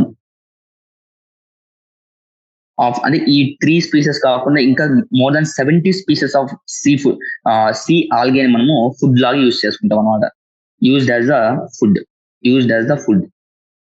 వీటి గురించి రాయడానికి డైరెక్ట్ గా ప్రతి ఇప్పుడు ఆల్గే కానీ ఫంగై కానీ వాటి ప్రతి ఒక్క క్లాస్ ఉంటుంది కదా, క్లోరోఫైసి, రూడోఫైసి, అట్లా ఆ పర్టికులర్ ఎండింగ్ లోనే నీకు యూజెస్ ఎకనామికల్ ఇంపార్టెన్స్ ఇచ్చేస్తాడు అనమాట. ఇంకా అవి చూసుకొని రాసేయడమే. ఇంకా chlorella, spirulina are unicellular algae rich in proteins are used as a food supplement. నీకు ఇంకా క్లోరెల్లా అండ్ స్పైరులినా ఇవైతే నీకు స్పేస్ ట్రావెలర్స్ ఉంటారు కదా, వాళ్ళు హై ప్రోటీన్ ఉంటుంది కాబట్టి దీంట్లో చాలా ఎక్కువ ప్రోటీన్ ఉంటుంది కాబట్టి ఈజీగా మన బాడీకి కావాల్సిన ప్రోటీన్ కాబట్టి ఇది అంటే స్పేస్ ట్రావెలర్స్ యూజ్, ఎందుకంటే వాళ్ళు బస్తాలు రైస్ తీసుకుని వెళ్ళారు కదా, సో వాళ్ళు ఇవి యూజ్ చేసుకుంటారు అనమాట. ఇంకా ఏమైనా ఉన్నాయంటే ఇంకా చాలా ఉంటాయి అన్నమాట. లైక్ అగారు వచ్చేసి అగార్ ఉంటుంది కదా, అగార్ దేని నుంచి తీస్తామంటే మనము జెలీడియం అండ్ గ్రాసిలేరియా ఈ స్పీసెస్ నుంచి మనం అగార్ ని బయటకు చేస్తామంట. యూజ్ ఎంత ఈ అగార్ దేంట్లో యూజ్ చేస్తామంటే ఐస్ క్రీమ్స్ కానీ జెల్లీస్ కానీ వాటిలో మనం వాటి తయారు చేయడం కోసం యూజ్ చేసుకుంటాం. ఈ పాయింట్ రావచ్చు. ఇంకా bromine is obtain from the red algae నుంచి బ్రోమిన్ అనేది కూడా వస్తుంది అన్నమాట మీకు. సో ఇంకా రెడ్ ఆల్గే మీకు లామినేరియా, ఫ్యూకస్, ఈ ఎగ్జాంపుల్స్ కూడా నీకు ఇచ్చింది అనమాట. ఈ ఎగ్జాంపుల్స్ అయోడిన్ అది లామినేరియా, ఫ్యూకస్ అనేది సోర్స్ ఆఫ్ అయోడిన్ గా మనం యూజ్ చేస్తాం అనమాట. సోర్స్ ఆఫ్ అయోడిన్ సోర్స్ గా మనం యూజ్ చేస్తాం అనమాట. సో ఇన్ని ఎకనామిక్ ఇంపార్టెన్స్ ఆల్గేకి చాలా రిచ్ ఇంపార్టెన్స్ అనేది ఉందన్నమాట. నెక్స్ట్ ఇంపార్టెన్స్ ఆఫ్ ఫంగై అంటే మనకి బాగా గుర్తొచ్చింది మష్రూమ్స్ ఆర్ ఎడిబుల్ ఫంగై. మనం మష్రూమ్ కర్రీ చాలా ఇష్టంగా తింటాం, అది మనకు తెలిసిందే. తర్వాత ఇంకేమన్నా ఉన్నాయంటే ఇందాక చెప్పుకున్నాం, లైక్ యాంటీబయాటిక్స్ ప్రొడ్యూస్ చేస్తున్నాము, like brewers like beer, whiskey, brandy ఇలా ఆల్కహాల్స్ డిఫరెంట్ ఆల్కహాల్స్ ప్రొడ్యూస్ చేస్తున్నాము. డిఫరెంట్ డవ్ ఫర్మెంటేషన్ లో యూజ్ చేస్తున్నాము. ఇంకా సైక్లోస్పోరిన్ లైక్ యాంటీబయాటిక్స్ ప్రొడ్యూస్ చేస్తున్నాము. మరి బ్లడ్ కొలెస్ట్రాల్ లోయరింగ్ ఏజెంట్స్ ని డిఫరెంట్ గా ప్రొడ్యూస్ చేస్తున్నాము అని పైన ఏదైతే చెప్పుకున్నామో ఫంగై కాకుండా రైట్ రోల్ ఆఫ్ ఫంగై అవే ఇక్కడ మళ్ళీ రాసేయచ్చు అనమాట. Next peat is an important source of the domestic fuel in the several countries. How peat is formed in the nature. Peat అనేది మామూలుగా మీరు మ్యాన్ వర్సెస్ వైల్డ్ ఇలా నేషనల్ జియోగ్రఫిక్ ఛానల్ వస్తుంది కదా, ఆ డిస్కవర్ ఛానల్ చూస్తేనా మీకు ఆ పర్టికులర్ పర్సన్ ఎవరు అనుకుంటాడో Bear Grylls man versus Bear Grylls అలా ఫైర్ ప్రొడ్యూస్ చేయడానికి ఒక డిఫరెంట్ చిన్న ప్లాంట్స్ ని యూజ్ చేసుకుంటాడు అనమాట ఫైర్ ప్రొడ్యూసింగ్. అవే పీట్ మాస్ అనమాట. ఓకే, అవేంటి అంటే species of sphagnum moss provide the peat that have been used as a fuel and because of the capacity of అంటే మనము యూజ్ చేస్తున్నాం అంట పీట్ ని. ఆ వీటిని లైక్ ఫ్యూయల్ గా మనం యూజ్ చేయొచ్చు. మళ్ళీ ఈ పీట్ ని డొమెస్టిక్ ఫ్యూయల్, ఎందుకంటే అది ఫ్యూయల్ లాగా పనిచేస్తుంది, అలా యూజ్ చేయొచ్చు. లేకపోతే ఇంకా వాటర్ హోల్డింగ్ కెపాసిటీ ఉంటుంది అన్నమాట దానికి ఎక్కువ. పీట్ కి వాటర్ హోల్డింగ్ కెపాసిటీ ఎక్కువ. సో నువ్వు లివింగ్ మెటీరియల్ ని, సో ఎందుకంటే వాటర్ కంటెంట్ బాగా ఉంది కాబట్టి నువ్వు దాంట్లోనే అంటే ఏదైనా ట్రాన్స్పోర్ట్ చేసిన మెటీరియల్ దాంట్లో పెడితే వాటర్ ఉండడం వల్ల అది ఎక్కువ రోజులు డీకే అవ్వకుండా నీకు ఉంటది అనమాట. పీట్ అనేది నీకు ఈజీలీ కంప్రెసిబుల్, ఈజీలీ కంప్రెస్ అనేది సాఫ్ట్ అనమాట. మీకు అది చూస్తే మ్యాన్ వర్సెస్ అది చూస్తేనే మీకు బేర్ గిల్స్ ఎప్పుడైతే అంటిస్తాడో అప్పుడు మీకు తెలిసిపోతుంది, చాలా సాఫ్ట్ గా చాలా ఈజీగా ప్రెస్ అయిపోయేలాగా డ్రై. ఓకే, అలా ఉంటది కదా. అది మామూలుగా పీట్ మాస్ అనేది ఏదైతే ఉందో అది నార్మల్ గా వాటర్ హోల్డింగ్ కెపాసిటీ ఉన్నదో దాన్ని మనం ఫ్యూయల్ కింద యూజ్ చేయలేం అనమాట. ఎప్పుడైతే డ్రై అయిపోతుందో అప్పుడు దాన్ని మనము ఫ్యూయల్ కింద లాగా యూజ్ చేసుకోవచ్చు. అంటే ఫైర్ యూజ్ చేసుకుని, ఫ్యూయల్ అంటే ఇది పెట్రోల్ అలా కాదు, జస్ట్ అంటించుకోవడం కోసం. ఫైర్ అంటిస్తే ఈజీగా క్యాచ్ చేస్తుంది ఫైర్. ఓకేనా, అలా అనమాట. దానికి ఏమైనా రాయొచ్చు అంటే ఫస్ట్ ఆల్ డొమెస్టిక్ ఫ్యూయల్, మళ్ళీ వాటర్ హోల్డింగ్ కెపాసిటీ ఉంటుంది కాబట్టి transshipment of any living material use చేయొచ్చు అని రాయొచ్చు. Next, biological classification is a dynamic and ever evolving the phenomena which keeps changing with our understanding of the life forms. Justify the statement with taking two examples.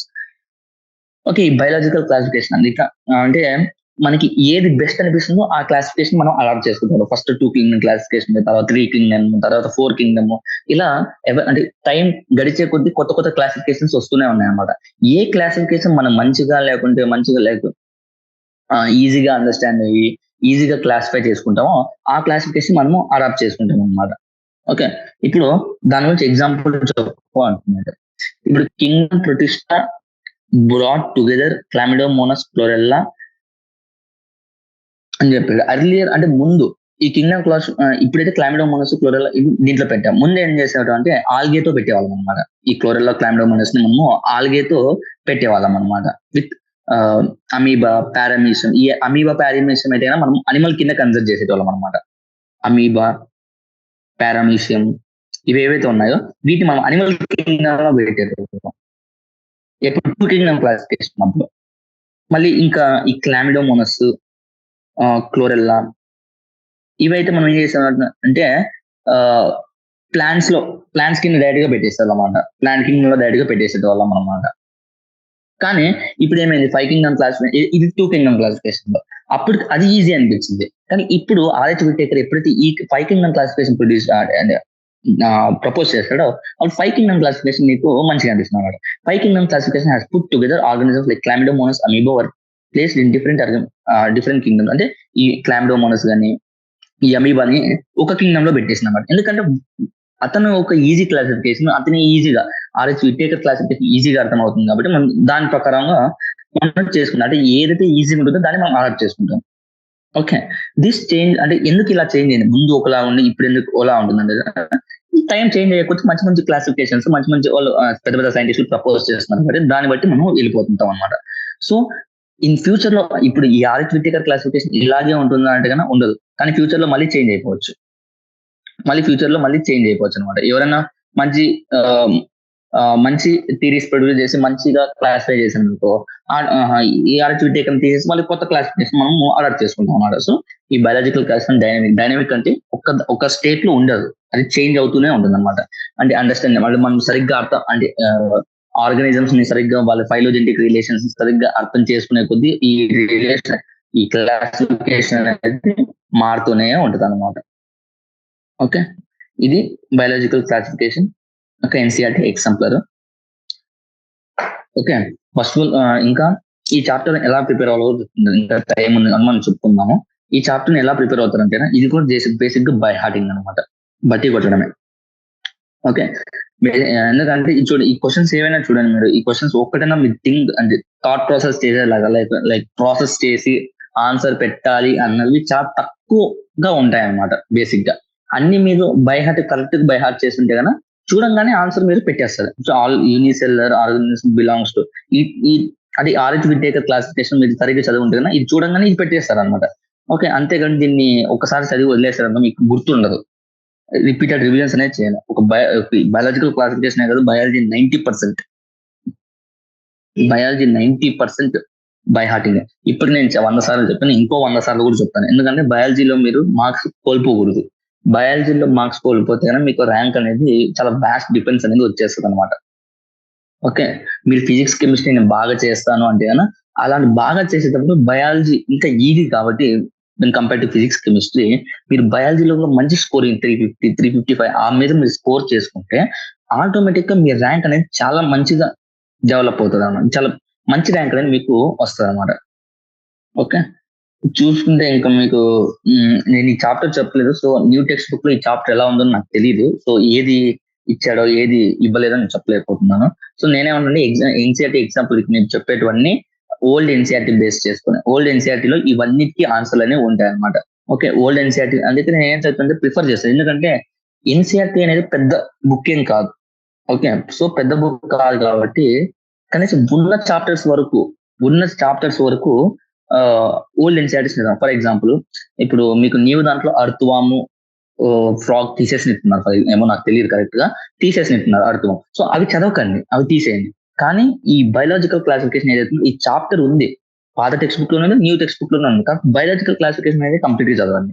ఎందుకంటే మీకు ఒక 2 to 3 pages extra చదివే, ఎందుకంటే direct by heart కొట్టడమే కాబట్టి 2 to 3 pages extra కాదు. Okay, 2 to 3 pages extra ఉంటుంది. So మీరు ఇవి కూడా కంప్లీట్ గా చదివి ఎగ్జామ్ లో సాల్వ్ చేస్తే మీరు కంప్లీట్ గా సాల్వ్ చేస్తారు. సో మీకు ఇలా ఎక్స్ట్రా చదివిన కాన్ఫిడెన్స్ కూడా వస్తుంది. అంటే ఎందుకంటే బేసిక్ గా ఈ టైంలో వాళ్ళంతా ఏం చెప్తారు, కొత్త ఎన్సీఆర్టీని చదువుకుంటుంటారు అనమాట. సో మీకు ఒకవేళ టైం ఉంటే అంటే మీరు ఇంకా ఇనీషియల్ స్టేజెస్ ఫస్ట్ ఇయర్ లోనే ఉంటే కన్నా పాత ఎన్సీఆర్టీస్ చదవండి. పాత ఎన్సీఆర్టీస్ చదివితే మీకు లైక్ విత్ అంటే వేరే వాళ్ళతో పోల్చుకుంటే నేను కాస్త ఎక్కువ చదివిన ఆ కాన్ఫిడెన్స్ వస్తుంది. ప్లస్ మీకు కాన్ఫిడెన్స్ వస్తుంది కాబట్టి బూస్టింగ్, మంచి ఎనర్జీ బూస్టింగ్ లా ఉంటుంది అనమాట. అంటే ఒక్కొక్క స్టేజ్ నీకు ఏమనిపిస్తుంది అంటే అంటే వాళ్ళు ఇదే చదువుతున్నారు, నేను ఇదే చదువుతున్నాను, నాకు కొంచెం సాటిస్ఫాక్షన్ రాలేదు అనుకుంటుంది. అలాంటప్పుడు పెద్ద పెద్ద బుక్స్ చదివేకి వెళ్తారు అనమాట. బయట నుంచి ఆ పెద్ద పెద్ద బుక్స్ తెచ్చుకొనేసి గ్రంథాలు చదవడానికి ట్రై చేస్తారు అనమాట. సో అలా చేయకండి. ఉన్న ఎన్సీఆర్టీనే కాస్త ఓల్డ్ ఎన్సీఆర్టీ చదవండి. సో మీకు చదివినారు అంటే ఎక్స్ట్రా చదివారు అన్న కాన్ఫిడెన్స్ వస్తుంది, అన్న సాటిస్ఫాక్షన్ వస్తుంది. ప్లస్ వేరే వాళ్ళకన్నా కొంచెం ఎక్కువ చదివిన సాటిస్ఫాక్షన్ కూడా వస్తుంది అనమాట. ఓకే, మళ్ళీ ప్లస్ తప్పు అంటే ఇప్పుడు వేరే బుక్స్ చూసుకున్నారు అనుకోండి, తనకు చాలా ఇప్పుడు బయాలజికల్ క్లాసిఫికేషన్ దానికి 100 పేజీలు ఇస్తాడు అనమాట. అంటే క్లాసిఫై చేసుకుంటూ వెళ్ళిపోతాడు. మొనీరా గురించి 3 పేజీలు, ప్రొడ్యూసర్ గురించి 3 పేజీలు, అంత చదవనక్కర్లేదు, అంత చదవని అవసరం లేదు, అంత అవసరం లేదు మీ నీట్ ఎగ్జామ్ కి.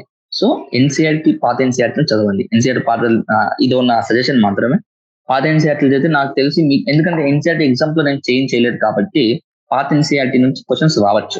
అంటే నేను ఎగ్జాక్ట్ తీసేసిన చాప్టర్స్ గురించి చెప్పట్లేదు, అంటే రెడ్యూస్ చేసిన చాప్టర్స్ గురించి చెప్తాను. రెడ్యూస్డ్ తీసేసిన చాప్టర్ రెండు డిఫరెంట్. రెడ్యూస్డ్ అంటే ఒక టాపిక్ ని, మొనీరా టాపిక్ ని ఒక 5 lines ఎన్సీఆర్టీ లో old NCERT, new NCERT 3 lines ఇచ్చాను. నేనేమన్నంటే ఆ 2 lines కూడా చదవండి అని చెప్తున్నా. అంతేగాని ఇప్పుడు అర్థవామం తీసేసారు అనుకోండి, అర్థవామం చదవాలని నేను చెప్పను. ఎందుకంటే మా టైంలోనే నేను 2020లో నీట్ రాసినప్పుడే అర్థవామం చదివాను. అప్పటికే సిలబస్ లేదు, కనీసం టచ్ కూడా చేయలేదు అర్థవామని. ఇంకా మీకు అర్థవామం నుంచి క్వశ్చన్స్ ఏమైనా వస్తున్నాయంటే కంపల్సరీ అనిమేలియా కింగ్డమ్ నుంచి వస్తాయి. కింగ్డమ్ అనిమేలియాలో మీకు అనిలిడ్స్ గురించి చదివారు కదా, అనిలిడ్స్ ఆ క్వశ్చన్స్ అక్కడ నుంచి వస్తాయండి. అర్థం నుంచి రావాలంటే అక్కడ నుంచి వస్తాయి కదా, తప్పితే మీకు సపరేట్ గా అయితే అడగడం అనమాట. ఓకే, ఇంకా ఈ సైంటిస్టులు నేను చెప్తున్నాను, ఒక్క క్వశ్చన్ కానీ 2 questions కానీ సైంటిస్ట్ బేస్డ్ రావచ్చు. సో ఎక్స్ట్రా సైంటిస్ట్లు ఏం చదవండి, ఎన్సీఆర్టీలో ఏమంటే ఆ సైంటిస్ట్లో చదవండి. బయాలజీలో మాత్రం 350 తగ్గకండి. 350, 360. ఎందుకంటే ఈ 350, 360 ఎందుకు చెప్తానంటే మీ సిల్లీ మిస్టేక్స్ అంటారు కదా, ఆ సిల్లీ మిస్టేక్స్ లో 2 questions పోయినా కూడా 350 తగ్గకండి. ఎందుకంటే మీ 350 బయాలజీ 350 మీ పాకెట్ లో పెట్టుకుంటే మీకు ఆ కాన్ఫిడెన్స్ తో మీరు ఫిజిక్స్, కెమిస్ట్రీ రాని క్వశ్చన్స్ కూడా మీకు ఐడియాస్ వస్తాయి. ఇది చెప్తున్నా, ఇది వర్కౌట్ అవుతుంది. ఎందుకంటే నేను ఎగ్జామ్ రాసేటప్పుడు నాకు వర్కౌట్ అయ్యింది అనమాట. ఓకే, ఇంకా ఫిజిక్స్, కెమిస్ట్రీ ఎగ్జామ్స్ లో చేయాలా అంటే కన్నా చేయాలి, అవి కూడా చేయాలి. కాకపోతే ఫిజిక్స్ కి అయితే మీరు ఎన్ని క్వశ్చన్స్ చేసినా కూడా మీకు సాటిస్ఫాక్షన్ అనేది రాదనమాట. అంటే నా సాటిస్ఫాక్షన్ అంటే కన్నా ఇంకా కొత్త క్వశ్చన్స్ క్రియేట్ చేయొచ్చు, కాకపోతే నేను అత్యాశకి వెళ్ళకండి. ఫిజిక్స్, కెమిస్ట్రీ కనుక అత్యాశకి వెళ్ళకండి. కెమిస్ట్రీ లైక్ మీ ఫైనల్ ఎగ్జామ్స్ వచ్చేసరికి కెమిస్ట్రీ మొత్తం బయాలజీలో థియరీ పేపర్ అయిపోతుంది. ఎందుకంటారా, inorganic and organic and physical, ఇది కెమిస్ట్రీ. బేసిక్ గా కెమిస్ట్రీ ఇలా ఉన్నప్పుడు ఇన్ఆర్గానిక్, ఆర్గానిక్ పార్ట్ మొత్తం బైహార్టింగ్ టాపిక్ అని మీకు తెలిస్తే, సేమ్ బయాలజీలో మీకు తెలిస్తే పెడతారు, లేకుంటే వదిలేస్తారు. కానీ ఫిజికల్ అలా కాదు. ఫిజికల్ లో నువ్వు ప్రాబ్లమ్ సాల్వ్ చేయాలి. సో ఇప్పుడు ఎన్ని క్వశ్చన్స్ ఉన్నాయి, మాకైతే 45 క్వశ్చన్స్ ఉండేది అనమాట. 45 క్వశ్చన్స్. సో 45 క్వశ్చన్స్ లో అన్ని ఈక్వల్ గా డివైడ్ చేసుకుంటే ఫిజికల్ కి వచ్చేది either 10 or 12 వస్తాయి అనమాట. 10 or 11 వస్తాయి. దాంట్లో కూడా ఒక 2 questions మీకు డైరెక్ట్ గా తెలిసిన క్వశ్చన్స్ వచ్చేస్తాయి అన్నమాట. సో ఫిజిక్స్ అంటే ఇది ఎందుకు చెప్తున్నానంటే, నేను టైం మేనేజ్మెంట్ అంటుంటారు కదా, టైం మేనేజ్మెంట్ అవ్వట్లేదు, ఫిజిక్స్ ని ఒక్క నిమిషంలో ఒక సమ్ చేసేయచ్చా అంటే కన్నా ఇక్కడే మిగిలించుకోవాలి. బయాలజీ మీరు చూస్తున్న ఆన్సర్ పెట్టేసారు 10 seconds 20 seconds లో ఆన్సర్ పెట్టేశారు అనుకోండి, పర్ఫెక్ట్ గా బైహార్ట్ చేసి బాగా line to line చదువుంటే 10 to 15, 20 seconds లో పెట్టేశారు. సో ఆ 40 seconds మీరు ఫిజిక్స్ యూస్ చేసుకోవచ్చు. అలా 90 క్వశ్చన్స్ బయాలజీలో మీరు డైరెక్ట్ 20 seconds అడ్వైట్ చేసి 40 seconds మిగిలించుకున్నారు అనుకోండి, మిగిలిన టైం మొత్తం మీరు ఫిజిక్స్ ఇచ్చుకోవచ్చు. సేమ్ అదే కెమిస్ట్రీలో కూడా అదే జరుగుతుంది. ఇన్ఆర్గానిక్, ఆర్గానిక్ మీరు డైరెక్ట్ గా పెట్టేశారు అనుకోండి, ఫిజికల్ టైం తీసుకున్నా కూడా తొందరగా రాసేయచ్చు అనమాట. ఫిజికల్ కెమిస్ట్రీలో బేసిక్ గా ఫిజిక్స్ లాగా అంత డిఫరెంట్ టఫ్ క్వశ్చన్స్ ఏమి కూడా డైరెక్ట్ ఫార్ములా బేస్డ్ ఇచ్చేస్తారు. ఫార్ములా గుర్తుంటే పెట్టేయడం రాసేయడం అనమాట. సో అలా కెమిస్ట్రీ కూడా నీకు ఫైనల్ గా వచ్చేసరికి ఈజీ అయిపోతుంది. ఇంకా నీకు మిగిలినది ఫిజిక్స్ ఒకటే. ఫిజిక్స్ స్ట్రాటజీ కూడా చెప్తున్నాను కదా, ప్రీవియస్ 17, 18, 19, 20, 21, 22, 23 మీకు 7-year పేపర్స్ ఉన్నాయి. మరి 20లో 2 సార్లు జరిగిందా, 19లో 2 సార్లు జరిగింది అనుకుంటా, ఒడిషా నీట్ పేపర్, మా మెయిన్ నీట్ పేపర్. సో ఇలా డిఫరెంట్ ఉన్నాయి కదా, ఈ నీట్ పేపర్స్ ఉన్న ఫిజిక్స్ ని క్వశ్చన్స్ అనలైజ్ చేయండి. ఏ క్వశ్చన్స్ నుంచి ఎంత వెయిటేజ్ నుంచి ఎన్ని క్వశ్చన్స్ ఇస్తున్నాడు, ఎక్కడ నుండి అంటే లైక్ మోర్ స్ట్రెస్ ఇస్తున్నాడు, అవి చేసుకొని మీరు అవి మాత్రం చదువుకున్నాను కూడా ఫిజిక్స్ కూడా ఈజీ అయిపోతుంది. ఓకే, మీరు ఒక ప్లాన్ లేకుండా ఏం చదవాలో తెలియకుండా మొత్తం అన్ని చదవాలి అనేసి బుక్ ముందర వేసుకునేసి చదువుతూ కూర్చుంటే మీకు కాన్ఫిడెన్స్ రాదు, మార్క్స్ రావు. ఏంటంటే ప్లానింగ్ అంటే అసలు ఏం చదవాలో తెలిస్తే మీరు ఆ నీట్ వార్ ఏదైతే ఉందో దాంట్లో సగం గెలిచేసి 75% 80% గెలిచేసినట్టే. సో ఫిజిక్స్ లో ఏం చదవాలి, కెమిస్ట్రీలో ఏం చదవాలి, బయాలజీలో ఏం చదవాలి, ఎక్కడి నుండి ఏ క్వశ్చన్స్ ఇస్తున్నారు, ఎంత కాన్సన్ట్రేట్ చేస్తున్నారు, ఇది కంపల్సరీ. మీకు బయాలజీ అయితే కంపల్సరీ మొత్తం లైన్ టు లైన్ చదివితే కానీ మీకు కాన్ఫిడెన్స్ రాదు, అదైతే కంపల్సరీ. ఎందుకంటే ఒక లైన్ చదివిన తర్వాత ఈ లైన్ నుంచి క్వశ్చన్ రావచ్చు డౌట్ ఉంటుంది, ఎందుకంటే బేసిక్గా లైన్ టు లైన్ ఇచ్చేస్తారు కదా క్వశ్చన్స్ బయాలజీలో. ఫిజిక్స్ కెమిస్ట్రీ అట్లా కాదు, ఫిజిక్స్ అయితేనా చూసుకోండి ఎక్కడి నుండి ఏ క్వశ్చన్స్ ఇస్తున్నాడు, ఎక్కడ నుండి ఎలాంటి క్వశ్చన్స్ ఇస్తున్నాడు. అదే ఓకే, ఫర్ ఎగ్జాంపుల్ కెమిస్ట్రీ తీసుకుంటే ఈక్విలిబ్రియం చాప్టర్ లో లైక్ రిలేషన్స్ ఉంటాయి కదా, K1 K2 రిలేషన్, అంటే రియాక్షన్స్ ఇచ్చేసి దాన్ని 2-3 రియాక్షన్స్ ఇచ్చేసి 4th రియాక్షన్ తెమ్మంటాడు. K1 ఇచ్చి ఈక్విలిబ్రియం కాన్స్టెంట్ K2, అంటే ఈ మధ్య వీటి మధ్య రిలేషన్ కనుక్కోండి. ఆ క్వశ్చన్ అనేది కంపల్సరీ అనమాట, మీకు కంపల్సరీ వచ్చేస్తుంది. సో ఆ పర్టికులర్ ఆ topic relations between equilibrium topic perfect గా మీకు కరెక్ట్ గా తెలుసుంటే ఇంకా మీది అయిపోయింది. అంటే 90% ఇంకా ఆ చాప్టర్ మీరు టచ్ చేయాల్సిన అవసరం లేదు, ఎందుకంటే ఆ క్వశ్చన్ కంపల్సరీ వస్తుంది, ఆ క్వశ్చన్ మీరు పెట్టేస్తారు.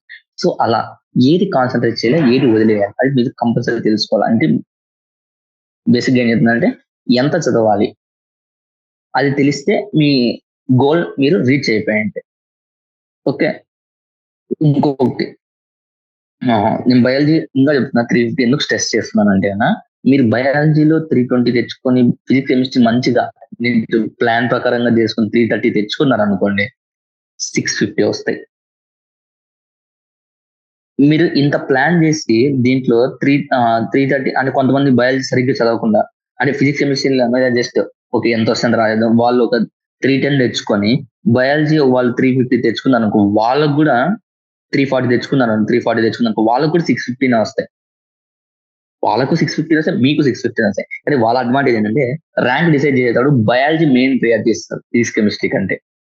సో మీ ర్యాంక్ వాళ్ళ ర్యాంక్ 400 ర్యాంక్స్ డిఫరెంట్ అయిపోతుంది. ఎందుకంటే 650 నుంచి 700 రేంజ్ మధ్య కామన్ అనమాట. 19, 18 ఆ టైంలో 650కి చాలా వాల్యూ ఉండేది, కానీ ఇప్పుడు అంత వాల్యూ లేదు. సో అంటే 650 నుంచి 700కి చాలా మందికి మార్క్స్ వచ్చేస్తాయి అనమాట. సో బయాలజీ ఎవరికి ఎక్కువ వాళ్ళకి ప్రియారిటీ ఇస్తారు, మీకు తక్కువ వస్తుంది, అంటే 400 ర్యాంక్స్ వెనక్కి వెళ్ళిపోతారు. 650 వాల్యూ ఉండదు. సో అదే మీరు 330కి ఫిజిక్స్ కెమిస్ట్రీ మంచిగా ప్రిపేర్ 330 తెచ్చుకొని బయాలజీ 350 తెచ్చుకొని అనుకో 680 వచ్చాయి అనుకోండి, ఇంకా top most AIIMS college, top most state medical college కానీ, టాప్ మోస్ట్ నేషనల్ కాలేజెస్ కానీ వెళ్ళిపోవచ్చు. ఓకే, సో బయాలజీని చిన్న చూపు చూడకండి, మంచిగా చదవండి. Okay, that's all for today. Thank you and have a nice day.